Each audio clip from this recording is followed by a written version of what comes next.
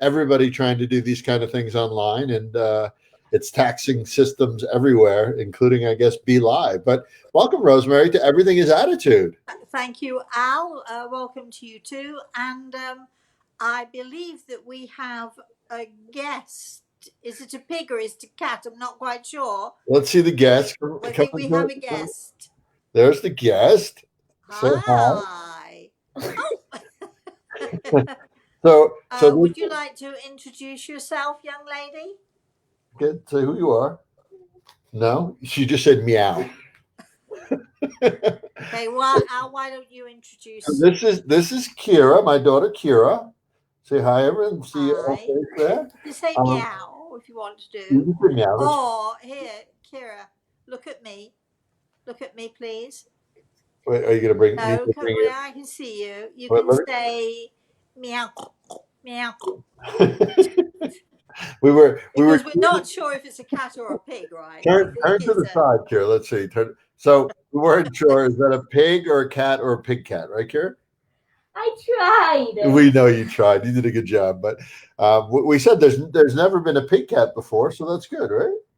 And you have, who else do you have with you here? Who's that? No. Oh, that's who? Poppy. So that's Poppy from what movie? Trolls. Who is it? Sorry, I missed that. Who is that, Kira? Poppy. Say it louder. Poppy. Okay. From what movie? Trolls. Troll. All right then. How many times have you watched that movie? It depends which one. The second one. So many times that I've lost count. Yes, I agree with that. All yes, right. Watch it a lot. Okay, so we're not sure if Be Live is going to cut us off at some point. So I think we'd better get on with the show. And I do believe that Kira is here, but because Kira, didn't you have an idea of a good topic for us tonight? What's the idea? You can just say it in one word. What was the idea? Can you lift that up and say it? Yeah.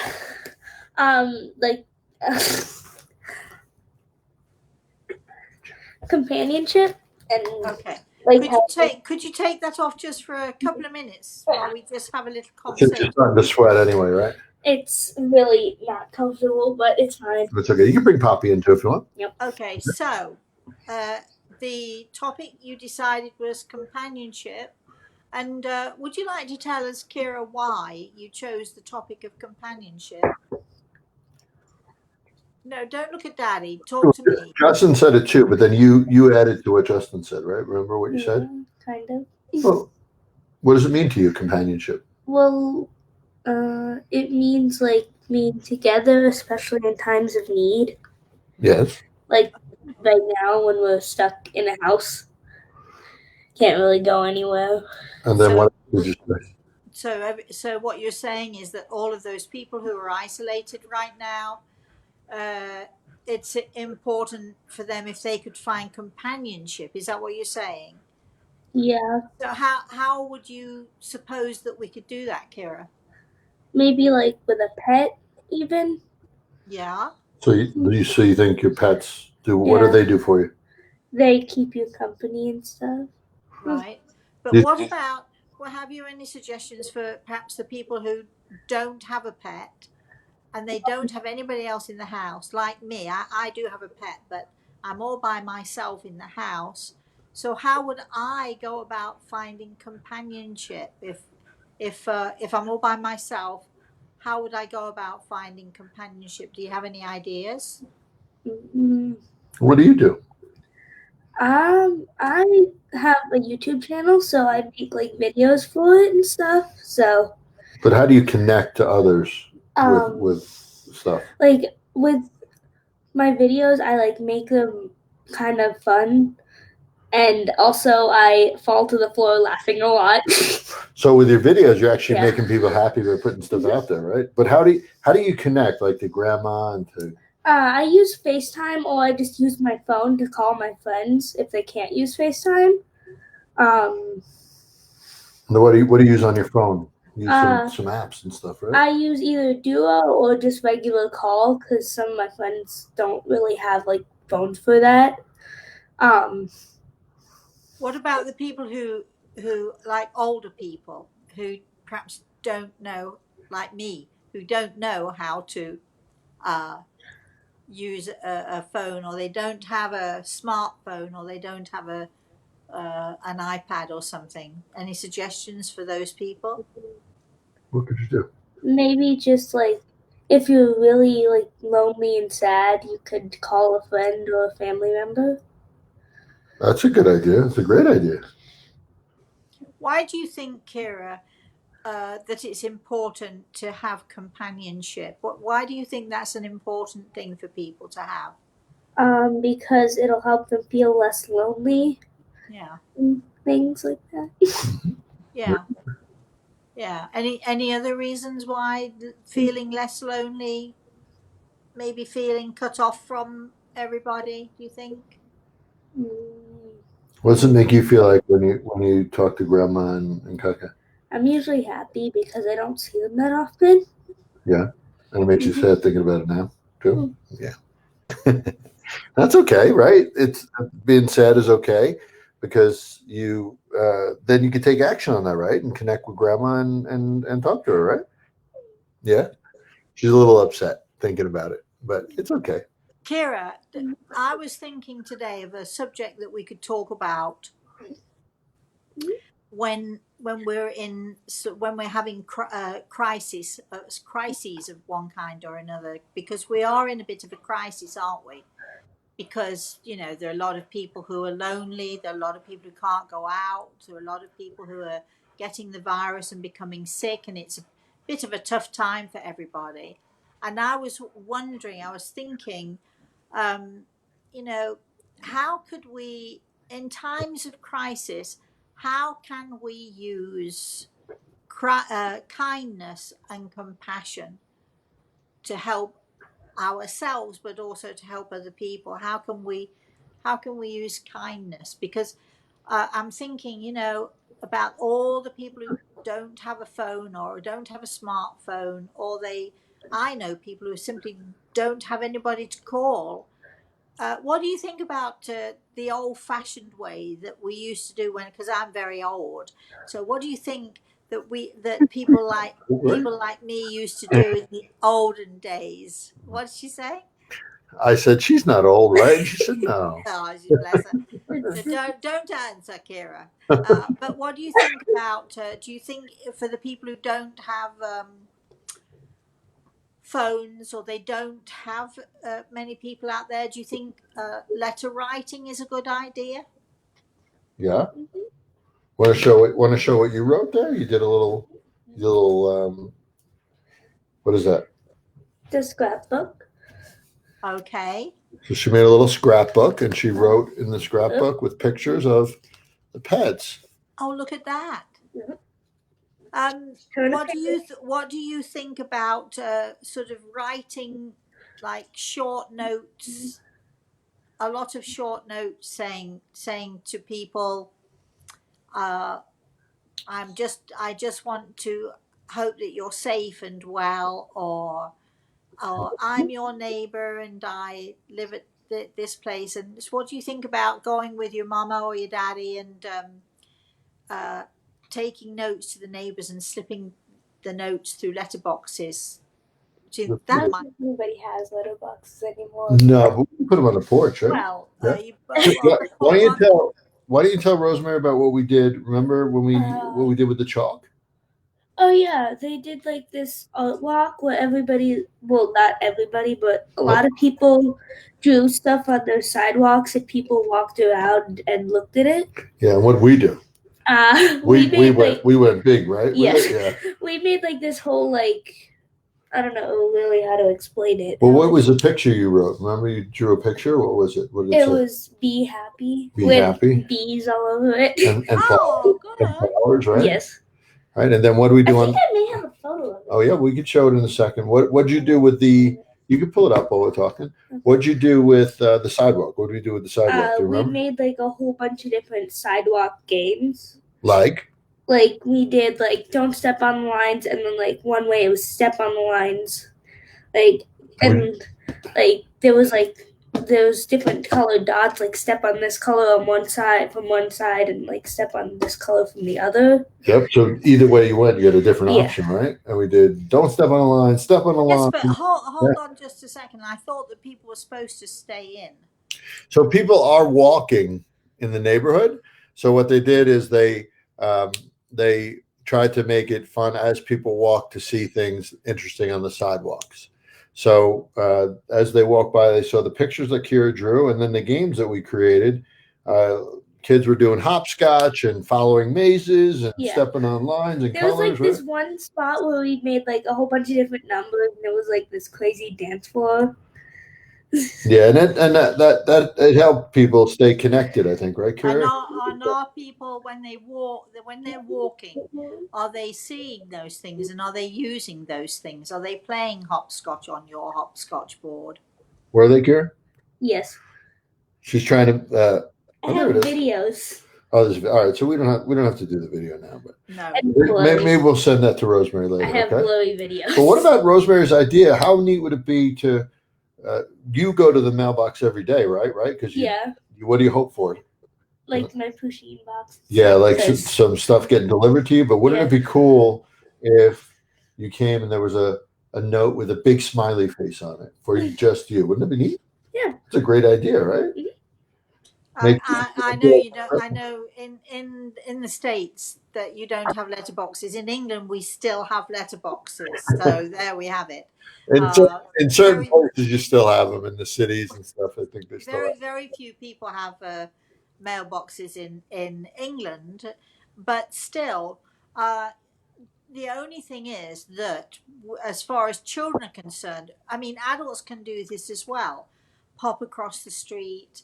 Pop a nice note, a nice picture or something kind, something gentle, something kind, saying something nice, saying something kind, saying something positive to make people feel better. And not just children, but adults as well. But if you are a child, you have to take someone with you, don't you, Kira? Because you can't go to a stranger's house and so you take your daddy with you, or you take your mama with you, or something like that, right? So we're talking about companionship, right? So if you got something in the mail like that, or on the front porch, what would that make you feel like? Good, bad? It would make me feel good because it would make me feel like there's people that still care. Because some people just don't care. Mm-hmm. So that would be great. So as far as companionship goes, it'd feel like someone was out there for you, right? Mm-hmm. It'd be neat, right? And someone today, Kira, on my show this morning, I want you to tell me what you think to this. Somebody said to me today, or wrote in a question, did I think that because of all of this stuff that's happening in the crisis, that it would make the world a better place because now people are seeing all this stuff going on? Do you want to know my answer? So I'll give you my answer, then you tell me what you think about it. So I said that it's not so much about hoping that everyone in the world will suddenly be nice. It's about each person, each individual person trying to be kind, trying to be compassionate, and trying to make the best of things. And it's about an attitude, having an attitude of being positive instead of an attitude of being negative. And your daddy and I do this show every week because, do you know what the show is actually called? No. It's called Everything is Attitude. It means that everything that you do in life, everything that, whatever you are and however old you are, if you've got a horrible attitude, being miserable or grumpy, or you're always tired or something like that, that's a really poor attitude. That's a very negative attitude. But if you are positive and you're thinking good things, and no matter how badly you feel, you think about other people, and you're kind and compassionate to other people, then it can make a whole difference, can't it? It's not about the whole world and everybody in the whole world. It's about each person doing their part. And if you do it, and Daddy does it, and I do it, and my neighbors do it, and your neighbors do it, that's called it's called collective consciousness, which means everybody that you know and everybody that you're connected to is thinking the same way, and then other people might think the same way, and then other people might think the same way, and then it just makes everything feel better. What do you think? What do you think? Do you think it's good? What do you think? Does that make a does what you do make a difference as far as your kindness and what you do? Yeah, because it could make other people more like careful and kind. You think it? So you think it's contagious? Could Being be. kind? I think it is too. Mhm.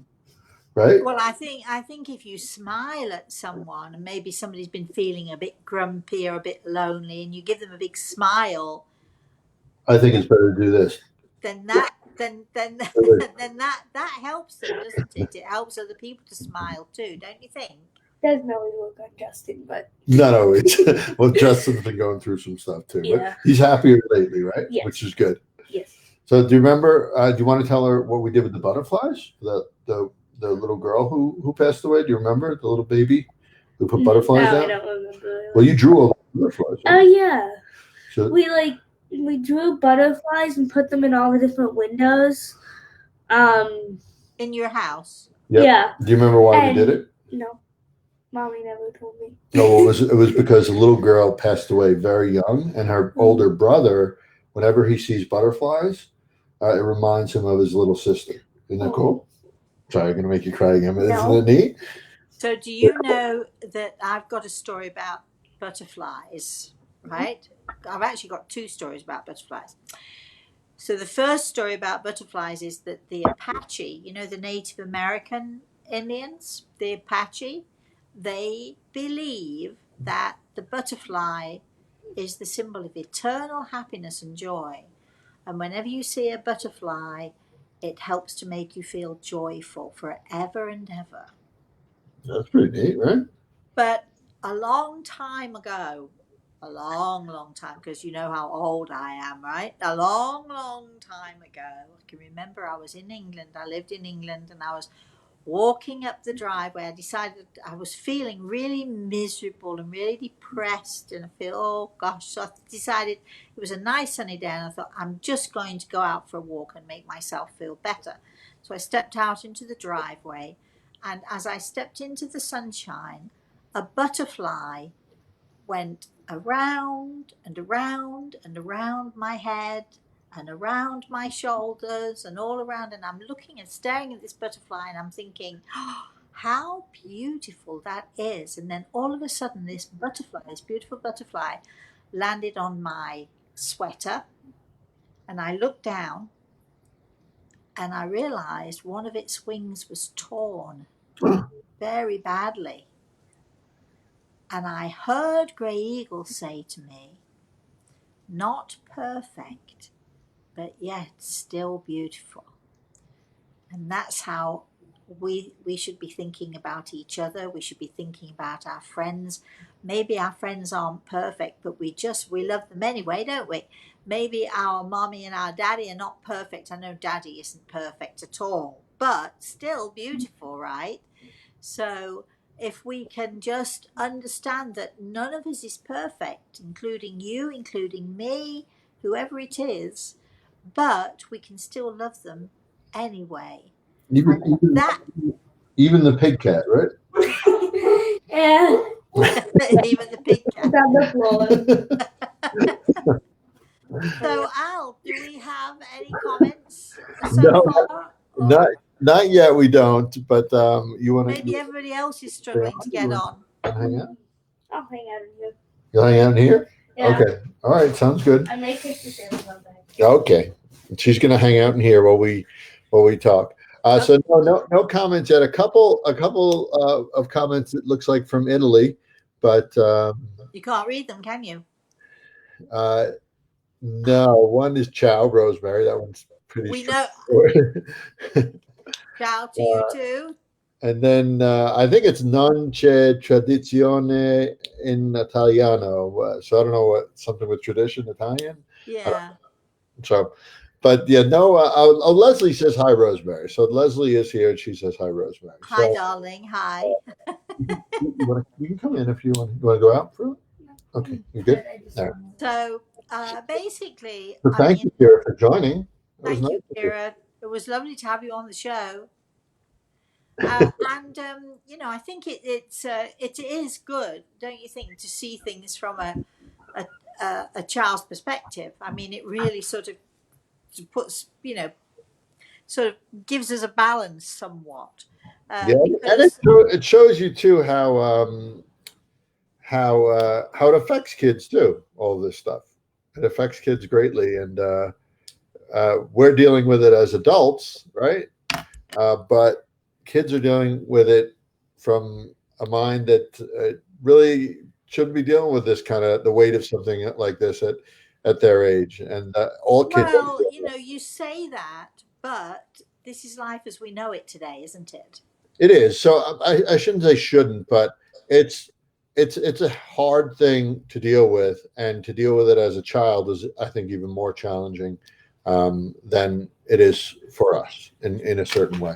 And I think it's our responsibility as parents to sort of make sure that we're giving out the right, the right energy, so that our kids are not so worried. They don't panic so much. And you're saying, and having the right attitude with our kids, right? Yeah, here's one of the things I did want to talk about today. We're talking about compassion and kindness. All right. I'd like to mention the media, who I'm getting so annoyed with. I'm sure everybody else is, because talk about scaremongering and exacerbating a problem and making it worse than it is, and so on and so forth. And I noticed the other day, I don't think that I'm making a political comment here, because I'm not. But every time I turn on YouTube, every single time, there is Donald Trump, little sound bite. He's not put these things up, by the way. It's the other party who's put things out there, and you hear him sort of these sound bites which say, "I'm not responsible," and then another sound bite is, "We've got this under control," and then another sound bite. Now, I know this because and you know this, Al. When you go out and you do workshops, you do lectures, you talk to people, whatever, you know that a person can take a little piece of what you've said. They can cut out the beginning of it and they can cut out the end of it, and all of a sudden it looks as if you've said something that you absolutely have not said at all. And the the idea that people can actually get away with it, and they think it's clever or they think it's smart, and unfortunately there are people who totally and absolutely buy into it. Oh my God, did you hear what he said, this or that, or did you hear what she said? And the whole thing is deliberately, and this is the thing that drives me insane. I'm not just talking about Trump. I'm talking about the way that the media is, the way that politicians are, the way that they feel that it's absolutely okay to distort, completely to distort. And I really wish, my attitude is, I I want to I'd love to see some kind of legislation which can stop that from happening. Uh, in the way of fines, in the way of being held accountable, whatever it is. But it seems today that it's okay to have everything distorted and blown out of context, and who cares? So when I see this, it makes me really angry for the party, for the people who are doing that. what happened to integrity? Where is the integrity in the world today? And sort of getting still on my high horse slightly. Some friends, lots of friends, my sister, friends all over the world, but particularly in England, they did some sort of news thing, and they showed you trenches being dug and hundreds of coffins being laid, and and the caption was something like thousands dying in New York City. And actually what it really was because we can't have funerals at the moment, undertakers are having to store the bodies not just of people who have died of the virus, but people who have died naturally, people who have died of cancer, like all the thousands and hundreds of thousands of people who are dying natural deaths all over the world. And but they slanted this news to make it look like everybody in New York and around New York State, they were all dropping like flies and the bodies were piling up and they were having to dig the trenches, and it's about sensationalizing. oh, And it's I will say that, and this is there are a lot of people dying from, especially in New York. yes, But they use, but you don't have to use something like that to sensationalize it when it's not really what's going on. Like that's isn't it actually bad enough if you just tell the truth? Isn't it just right. bad enough if you report it as it's happening? It's bad enough. We don't need to make it worse. And I'm getting people, friends from all over the world saying, "Oh my God, New York City's coming to an end," sort of thing. I mean, Right. it's so scary. And I did see some of the pictures, and it took me back to pictures of during the Second World War and Auschwitz and all of that, where the bodies were piling up, and they sensationalized it so much and so badly that now I've been saying to people for weeks, please don't be frozen by fear. Don't allow fear to freeze you. And what are these people doing? They're creating this awful fear in people so that we are frozen. We don't know what to do with it. I'm not trying to make it less than it is. I'm just so disgusted by the media and by the politicians who just want to point, well, it's his fault. Well, it's his fault. And if he'd have acted sooner and so on, well, why don't we cut it out, have some compassion and some kindness? And, I would not like to be in charge of this country right now. What happened to respect? What Right. happened to mutual respect? And unfortunately, in these times of crisis, we do see the best of our human nature, and it's fantastic. But we see the worst of it, Right. which is what is happening here. What should our attitude be?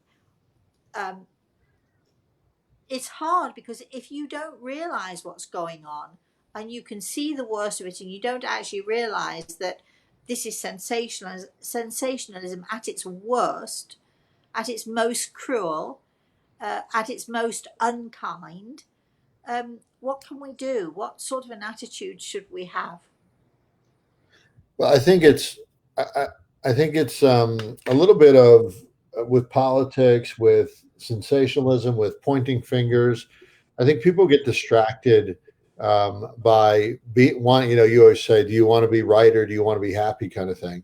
And I think with the president, with the political parties, with the medical industry, with everybody goes up against each other, and you could see why some of it, because not everybody handles. I get it. Yeah, not I everybody don't like handles it, things. but I get why it Yeah, happens sometimes. yeah. But I think having an attitude of, I mean, I brought up the example of last week when I was really angry at the woman for not letting me in. It's the same kind of thing. I could have become combative at that point, which I felt like doing, or I could have said, "All right, what's the real goal here? It's to make sure my son gets the care he needs and he stays in a positive space." And that same attitude is, I think, what we need to do in America. Do I agree with our president? I'm not in love with Not what he not does? not just Yeah, America. Not right. just America. Everywhere, exactly. This is not a question for me anyway. It's not a question of supporting one party over another party.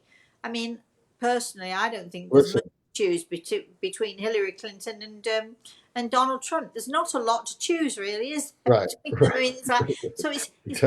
it's not like I'm supporting one as opposed to the other. I'm trying to have a non-political Right, exactly. discussion about this. And whether you like Trump or whoever is the next person along, you choose what you focus on, right? The reality is he's the president now, and he handles things a certain way, and everybody on the other side politically is going to handle things a certain way. But unless there's consensus that, hey, listen, this COVID-19 thing is going on, and we need to address it holistically and not get into these, um, like you said, matches where things are represented wrongfully on both sides. We're not going to really get to the bottom of what needs to be done, right? And that's what happens, I think, time and time again. And people don't really learn from past mistakes and past interactions, and they'll get right back into that zone of, you like one sports team versus another, and even if you like the other team just a little bit, if someone starts coming at you with against your sports team, if you're a sports fan, you get your back up and you start arguing about it, and it's the But same. it is about respect. I Right, mean, why get angry because somebody else disparages your team? They have a right to their that's opinion. You exactly should right. respect their opinion as they should yours. The office of President of the United States or the office of Prime Minister in England or wherever, whichever part of the world, you might not like the man, but at least respect the position. Right, exactly. Don't disparage the presidency because one president happens to be not your choice. Right, This is right. what I'm saying. I actually said to somebody today, and it might have been on the show this morning. I mean, it's so easy to disparage, and it seems as if we live in this world of everybody disparaging everybody else. The worst thing I think is that when we start to disparage our own selves, but let's stop being disparaging. Let's be conscious of the fact that we need compassion and we need kindness. And let's deal with our issues in a compassionate and a kind manner. I just feel that our loved ones in the spirit world must look down on us at times and just shake their heads at the awful, awful mess that we are making sometimes when we are unkind about others or we are less compassionate than we should be. And I've often said that you know, I see angels. I see sometimes the way our angels look at us, and I've never actually seen anger, but I have seen disappointment. And when you see disappointment in the eyes of an angel, that's devastating.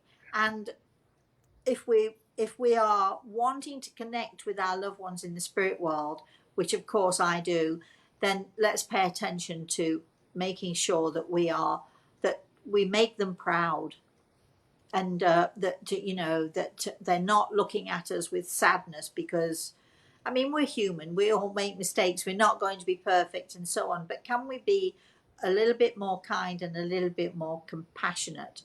That's what I would like to see in this world of ours.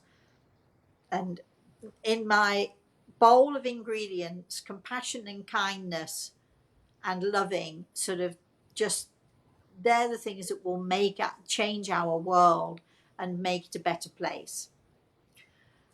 Agreed. We do have a bunch of comments just popped up. Let's go. Maggie is here now. Hi, darling. Says it's chaos here. I want to know what happened to the bite. Did she recover? Did she go to the doctor?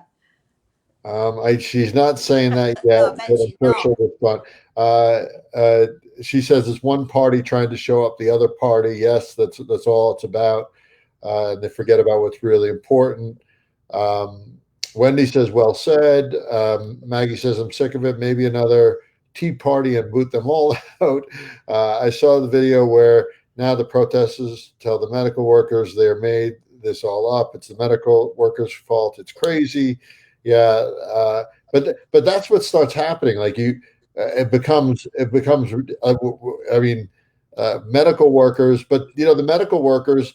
And listen, please do not go after the medical workers. I have the utmost respect for them, in my view.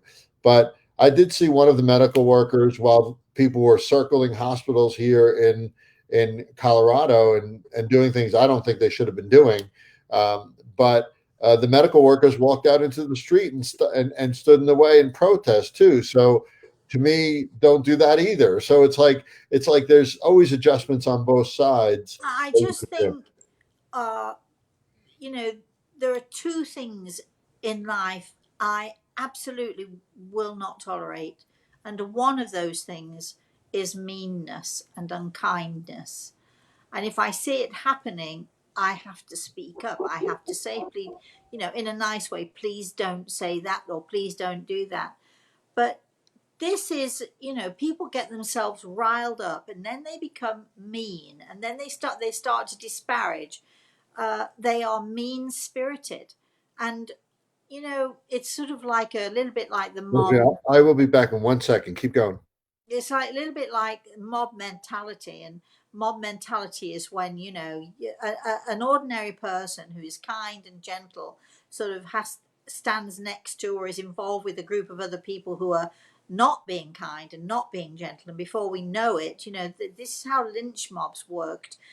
You might lynch someone and then go home and think, why did I do that? It's not like me to do that. I'm not suggesting that people are lynching people, but there is this sort of collective, it's like a collective mentality that sort of takes hold, and people find themselves yelling and arguing or being mean or what have you, for absolutely no reason whatsoever. There is no reason on earth why somebody should be mean to somebody else. I don't care what your excuse is. 1,000 excuses will not make for one good reason as to why somebody is mean to somebody else. And we need to cut it out, take a good look at what we're doing, how we're thinking, and so on, and just put yourself in another person's shoes. Why don't you? Those those people in the hospitals are working their tail off, putting themselves at risk. How nice for them that somebody's being disparaging of them. Put yourself in the shoes of that medical professional who may not have a choice but to work or lose his job. Exactly. You Exactly. know, I mean, anyway. All right. But Any other that is comments? what happens, Rosemary. People just I think It's so sad. they lose sight of just basic human uh, uh, decency, right? In these scenarios, and it is sad. It is really sad. Maggie did go to the doctor, never returned her calls, so she may go. She will go to urgent care tomorrow. Good. Well, Bites the size of a $50.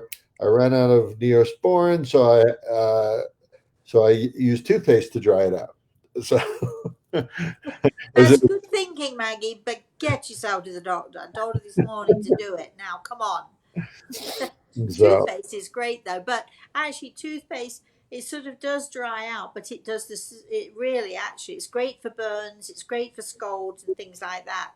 It doesn't heal, it just stops the air from getting to it. So, what have you. So we're close to time because we have to jump into our other class. So we talked about two topics today. Really, we talked about compassion and kindness, and we talked about in the beginning companionship and the Well, importance of I think it companionship. all But they, ties in. but they all tie in exactly. I Yeah. think that, when kids talk about, having, especially people who are on their own, and finding ways to bring some comfort to them. And, all right, you can't perhaps play hopscotch all together because we're supposed to stay But if you put it out there, you can invite people to come in.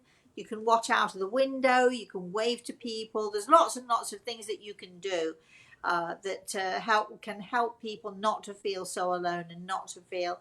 And also, don't forget, all of you adults out there, writing letters is a great thing. Just write a letter and pop it into your neighbour's mailbox just to say, "Hi, I'm thinking of you," that sort of thing. And Rosemary, taking those actions stems from compassion, kindness, empathy, right? Those are the things that we hopefully are doing more of and continue to do even after all this settles. Because unfortunately, it's a little bit like 9/11. Everybody in the country was absolutely shocked and shattered. And then here we are. After 2 years, New York got back on its feet. For 2 years, there was no honking, no meanness, no nothing going on. And then all of a sudden it started back up again and what have you. It would be nice to think that crises change the world and make people better. I'm keeping my fingers crossed, full of hope. So that's it. Thank you everybody for joining. I don't know if you saw, my power in my room just went out. My computer is still on, but my power went out, so not sure what happened there. Oh, all right then. You've not got snow, have you? No, maybe a higher power turned the lights off on it. I said this morning, my lawnmower man came by when we were on the show. He usually remembers, don't come on Thursday morning to me. Go to everybody else first until the show's over. But I was talking about it, and of course people could hear it. And somebody wrote and said, "I'm in northern Vermont and it's snowing like crazy here. You're telling me that somebody's mowing your lawn?" Yeah.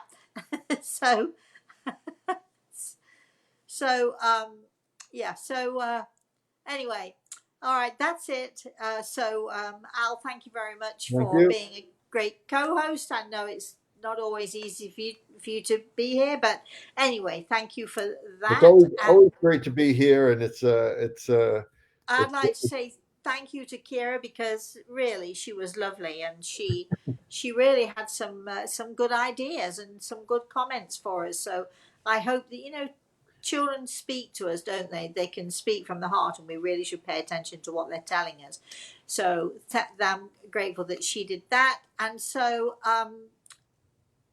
we have to say goodbye. If you need anything, you want to join our show, you want to come on here and have a discussion, you don't even have to be on camera. We'll I keep saying this, but you can email Al at alpisano.com or info at everythingisattitude.com, or you can email me, Rosemary, at rosemaryantaltair.com. We're having a class now. Please join me on Saturday morning at 11 a.m. Eastern Standard Time for story time with Rosemary. I'm going to be talking about ghost schools and things that go bump in the night. I'm going to tell a story about a haunted mansion. Was it or wasn't it? Which was owned by one of the large, maybe still owned by one of the large Coke or Coca-Cola companies. That's all I'm saying there. But I had 2 amazing experiences in that place. I'm going to talk about that on Saturday. So please join me for our story time on Saturday. And in the meantime, I will be here next week with Everything is Attitude, right? Same time, same place, we hope. So thank you everyone for joining us. Thank you. Bye.